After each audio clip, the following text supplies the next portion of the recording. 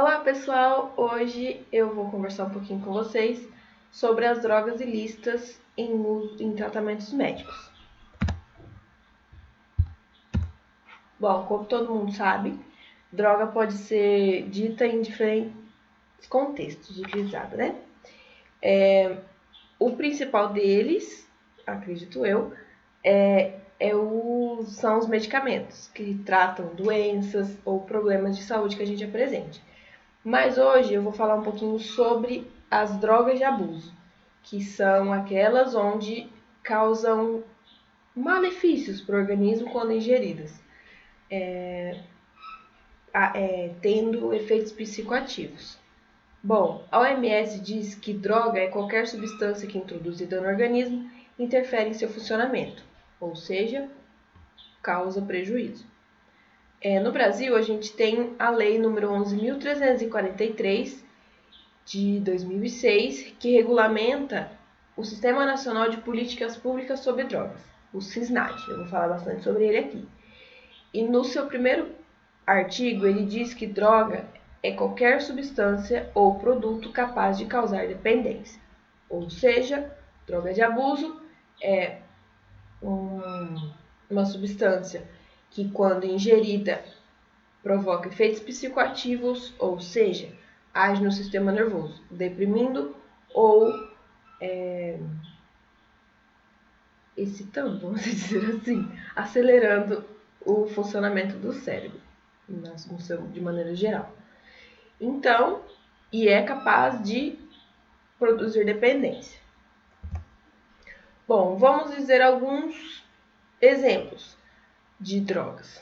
Mais comum, maconha, cocaína, crack, o LSD, cogumelo, êxtase, heroína, anfetamina, entre muitos outros. A Anvisa, que é o órgão que fiscaliza, regulamenta, proíbe, libera a comercialização de medicamentos e substâncias por todo o país, disponibiliza atualizações periodicamente em uma página com essas substâncias que precisam de um controle, sejam eles medicamentos, praguicidas, drogas de abuso. Então, hoje, pela portaria 344 de 98, ela consta hoje, atualmente, em 2020, com 74 substâncias nessa lista. Essas substâncias têm uma proibição no Brasil pela Anvisa, segundo a Anvisa, de proibição de plantio, produção, comercialização e uso dentro do território nacional. Então, tendo somente a liberação para uso aquelas pessoas que têm um atestado legal de que elas necessitam daquela substância para tratar alguma doença, vamos dizer assim. O único problema é que no Brasil há fraudes, como tudo. A rede do tráfico consegue burlar essas leis, produzir aqui clandestinamente, e às vezes são pegos, às vezes não. Mas às vezes eles compram também de países onde é legalizado, como por exemplo o Peru, que tem a folha da coca, vão lá, compram e produzem aqui e vendem aqui dentro do Brasil, até quando não são descobertos. Então, por esse motivo, para poder fiscalizar, poder ir atrás, aprender, conseguir controlar essas pessoas, foi criada então a lei antidrogas, que é a 11.343, que a partir dela podem ser planejados, construídas ações, pensados programas para poder conter essa produção, esse comércio clandestino de drogas aqui no Brasil, que sabemos que mesmo com esse controle, ele é muito grande. E é uma máfia muito grande, né? Então, a partir da 11.343 também podem ser feito um planejamento sobre como reagir de forma positiva com essas pessoas usuárias de drogas, dependentes químicos, para poder reinserir eles na sociedade. Então, construir uma conscientização da população que não utiliza. Então, é muito importante a criação dessas leis e decretos que o governo federal publica e, subsequentemente, os governos estaduais e municipais que aderem a essas políticas. Bom, como essas substâncias podem ser usadas no tratamento? A medicina tem crescido muito sobre diferentes métodos de se procurar efeitos positivos, porque essas pessoas utilizam essas drogas por quê? Porque elas têm algum efeito positivo, assim, vamos dizer assim, a curto prazo, que lhe deem satisfação, né? Porque senão ninguém utilizaria. Se fosse ruim, ninguém utilizaria. Então, com o auxílio das pesquisas científicas, no nosso caso,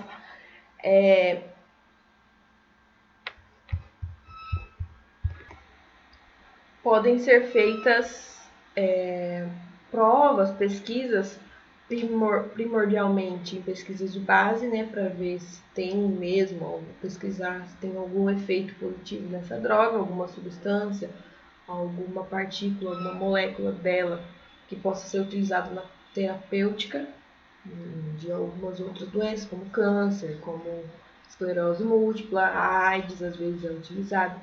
Então, tem algumas pesquisas, e tem sido bastante, sobre a utilização dessas substâncias ilícitas para poder tratar essas pessoas.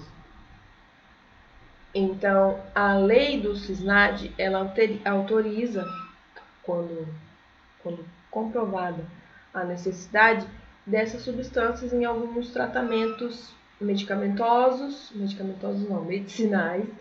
ou de maneira científica, né, em pesquisas, para poder utilizar, regulamentar, é tudo fiscalizado, muito controlado para poder utilizar, mas é possível. Então, muitas famílias hoje no Brasil podem ter uma plantação pequena para o uso daquele determinado indivíduo que precisa. Por exemplo, se uma pessoa tem câncer e é comprovado que a maconha, por exemplo, a maconha, por exemplo, alivia muitos sintomas que o câncer, a AIDS, os tratamentos, né, da esclerose múltipla e da síndrome de Tourette, que causam muita ânsia e o vômito, né? Antieméticos que chamam. Ele é muito mais efetivo e causa menos reações adversas do que outros medicamentos que são utilizados na farmacologia comum. Então, em alguns casos, e não são todos, que eles liberam, mas quando está em estágio muito avançado, eles preferem utilizar de maneira controlada, mas disponibilizar para essas pessoas. Tem outro caso também que são legalizados, né? O uso da maconha, por exemplo, como o glaucoma, que pode causar uma pressão intraocular, e a maconha vai e consegue diminuir essa pressão com as suas substâncias que diminuem a atividade neural, por exemplo.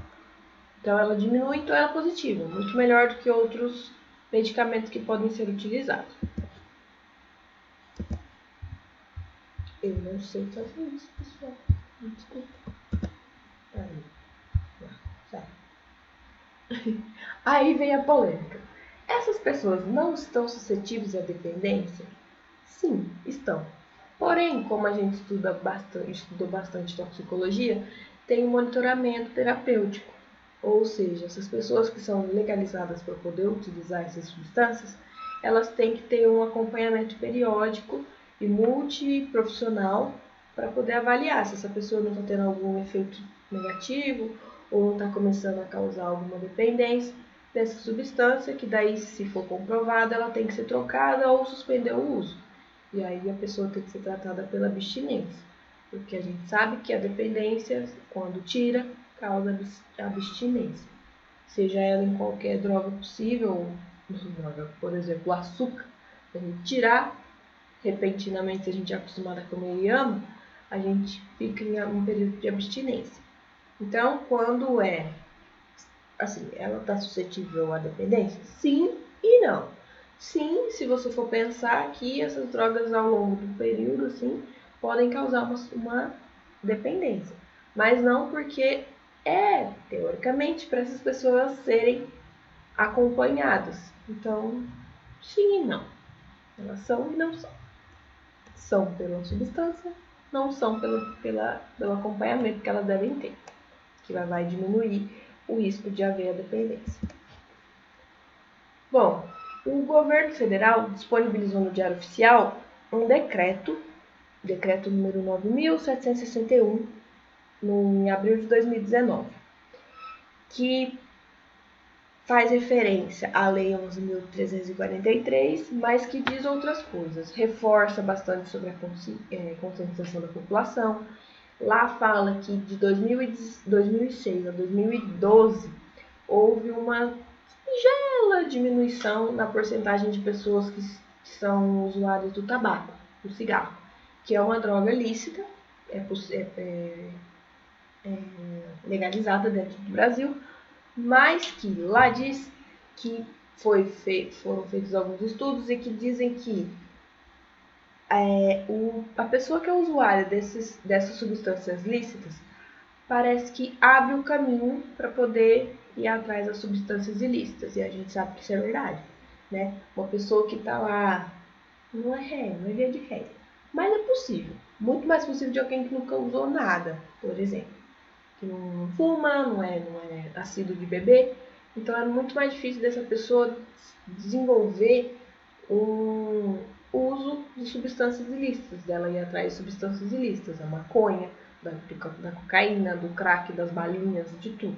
Então, no seu período normal, né, de vida. Mas então, nesse decreto, ele preconizou bastante sobre essa conscientização, de desenvolver programas e ações para poder conscientizar a população, principalmente os jovens, nós jovens, para que não entre no mundo nem das listas, para não acabar indo para as ilícitas. E principalmente não ir para as ilícitas direto, né? Então, mesmo nesse decreto que fala muito sobre o controle para que a gente não entre no mundo das drogas, seja ilícito ou ilícito, falou também sobre a gente poder fazer pesquisas para conhecer, vamos dizer assim, as características ainda mais dessas substâncias, para poder, acho que para poder promover, né, poder explorar mais quais são esses efeitos nas pessoas e tal. Então, aqui está falando, ó, sendo a ciência o âmbito onde as pesquisas e propriedade se pesquisam as propriedades das substâncias com respeito à bioética, a gente sabe que quando vai fazer pesquisa com seres humanos e drogas, por exemplo, eu queria ter feito com a cocaína, mas não foi possível, porque não encontrei orientadores e tal. Mas a gente sabe que tem que ir todo para o comitê de ética, para poder fazer pesquisa com pessoas, principalmente. E eu acho que de droga eu não fui muito atrás, vou ser bem sincero com vocês. Mas eu não fui muito atrás de quais seriam os trâmites. Mas pesquisando agora, eu percebi que seriam bastante passos. Porque a gente tem que fazer o levantamento, saber exatamente qual período que a gente vai utilizar a substância, quanto que a gente vai precisar de qualquer pessoa. E sabendo que a gente vai ter que ter um acompanhamento multiprofissional, não é simples. Mesmo que, né, a gente na pesquisa de graduação acho que é meio mais difícil, mas quando depois é possível. Mas é bem complicado porque tem todo esse restringimento sobre quantidade, dose, tempo que você vai utilizar para poder não causar uma dependência sem necessidade na população, né? Então, aqui eu falei de novo que substâncias como a maconha tem um efeito terapêutico, que eu falei, né? Tem utilidade em pacientes com câncer, com AIDS, para tratar os sintomas. Não que ela vá curar o câncer, é mais pelos sintomas. Então, o problema dessa liberação, mesmo que seja para um número pequeno de pessoas, né? Como eu disse, tem famílias hoje no Brasil que são liberadas. Mas o problema é que podem haver violações. A gente sabe que o brasileiro, principalmente, é rei em burlar as coisas. Então, descumprir. Então, é bem perigoso você confiar em qualquer família, em qualquer pessoa que você vá lá e fale: não, você pode, você está certificado de que você pode plantar maconha, que você pode produzir essas substâncias para você ter o seu uso pessoal. Mesmo que fiscalizado, às vezes tem uma brechinha. Então é bem perigoso e a gente tem sempre que estar em cima. Nós, como futuros profissionais, a gente tem que saber que isso é possível e que a gente tem que estar sempre atento, né? Mas então o que eu queria saber de vocês é: o que você acha sobre isso? As pessoas podem ou não podem, devem ou não devem utilizar substâncias ilícitas em seus tratamentos médicos, sabendo que às vezes as drogas ilícitas têm efeitos menos prejudiciais à saúde do que, sei lá, um tratamento com imunossupressores, com medicamentos como a morfina, que tem seu lado positivo sim, mas que em altas quantidades de uso a pessoa vai ter um prejuízo muito maior do que ela teria só com uma droga ilícita. Eu acho que tudo com estudo, com pesquisas, a gente pode comprovar se uma dose mínima já faz algum efeito, que é muito melhor do que caixas e caixas de outros medicamentos que hoje a gente sabe que fazem muito mal para fígado, para rim, para tudo. Então, eu quero saber de vocês. Muito obrigada pela atenção e até a próxima aula. Tchau!